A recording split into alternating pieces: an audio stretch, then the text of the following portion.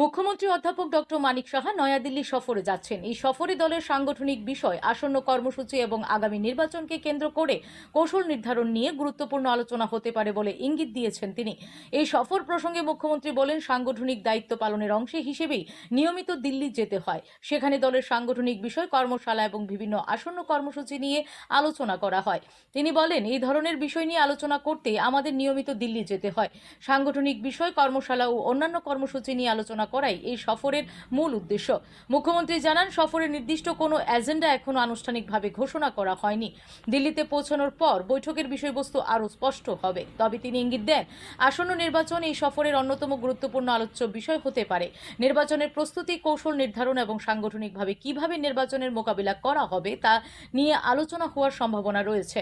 Doctor Manik Saha বলেন, আসন্ন নির্বাচন কিভাবে মোকাবিলা করা হবে তা নিয়ে আলোচনা হওয়ার সম্ভাবনাই বেশি। সেই কারণেই এই সফর অন্য কোনো উদ্দেশ্য নয়। উল্লেখ্য, রাজ্যে একাধিক নির্বাচন ও সাংগঠনিক কর্মসূচিকে সামনে রেখে ইতিমধ্যেই বিভিন্ন রাজনৈতিক দল নিজেদের প্রস্তুতি শুরু করেছে।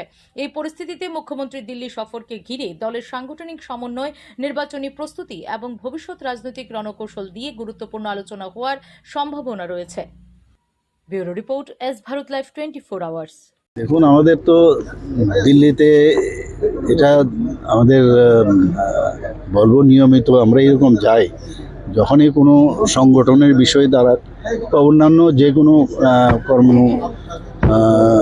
সামনে যে আমাদের কি কর্মশালা হবে সব বিষয় নিয়ে একটা আলোচনা হয়। সেই জন্য যাচ্ছি। ওখানে যাওয়ার পর কোনো এজেন্ডা তো এখনও বলা হয়নি, আমরা যাব গিয়ে।